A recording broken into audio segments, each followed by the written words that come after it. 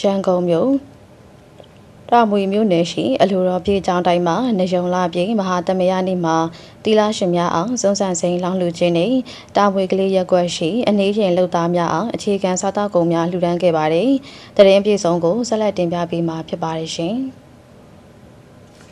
ပြည်တွင်းပြည်ပသာသနာပြုအလိုတော်ပြည့်ဆရာတော်ဘုရားကြီးရဲ့ဝိဇာတမွေးနေ့ထိမ့်မဲ့မင်္ဂလာပြည့်နေုံလားပြည့်နေ့မဟာသမယနေ့မှာတောင်မွေမြို့နယ်ရှိအလိုတော်ပြည့်ကျောင်းတိုင်းမှာတီလာရှင်ဆရာလေးအပါ90တို့ကိုစွန်းစံစိန်လောင်းလူချင်းနဲ့အနေရင်လုံသားများကိုအခြေခံစားကုန်များလှူဒန်းခဲ့တာဖြစ်တယ်လို့သိရပါတယ်။နေုံလားပြည့်နေ့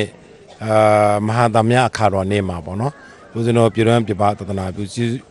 ဇူးတော်ရှင်အလိုတော်ပြည့်ဆရာတော်ဘုရားကြီးပေါ့နော်။တက်တော်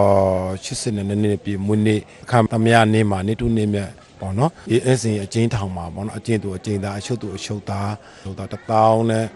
3500ကိုအာဟာရတနာကျုံမွေးလူတန်းတာပေါ့နောက်ဆရာလေးမေတီလာတယ်ပေါ့နော်မေတီလာချင်းပါ90စိတ်ကားဆရာစီ60ကျော်လောက်နေပြီးတော့ဦးဇင်းလူတန်းဖြစ်တယ်ဒါလည်းပဲဦးဇင်းတို့ဒီအပိဋကအိုက်ကမှာတတမဇောတိကလက်ကမှာပန္တိတာပေါ့နော်နိုင်ငံတော်သမ္မတကြီးနိုင်ငံဆွမ်းဆောင်ရေးစုရတဲ့ပြည်တော်ဘာသာနာကိုကျေးဇူးတော်ရှင်လူတော်ပြည့်စာတော်ဘုရားကြီးရဲ့တက်တော်80နှစ်ပြည့်မွေးနေ့မှာပေါ့နော်ဒီလိုမျိုးလူတက်ခွင့်ရတာလည်းပဲအမတမဝန်သာအာရပီတီဖြစ်မိပါတယ်ဦးဇင်းဒီနေ့ဆိုရင်သမောနဲ့ပေါ့နော်စေရန်ကုန်ကနေပြီးတော့စစ်တွေကိုနေပြီးတော့သမောတန်တထောင်ပေါ့လေဆန်တို့စီတို့ဆန်အိမ်900မင်းသွေးတို့ရှစ်ခက်စားကုန်တွေဦးဇင်း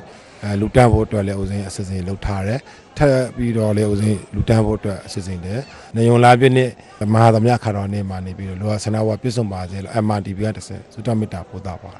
အခုလိုနေရုနေမြတ်မှာဆရာတော်ရှင်ကုမာရဦးဆောင်ပြီးစေနာရှင်အလှရှင်များသရုပ်ဆောင်များတေးတန်ရှင်များကစုပေါင်းကအခုလိုစွန်းစံစိန်လောင်းလူပွဲကြီးကိုကျင်းပခဲ့တာဖြစ်တယ်လို့သိရပါတယ်ရှင်။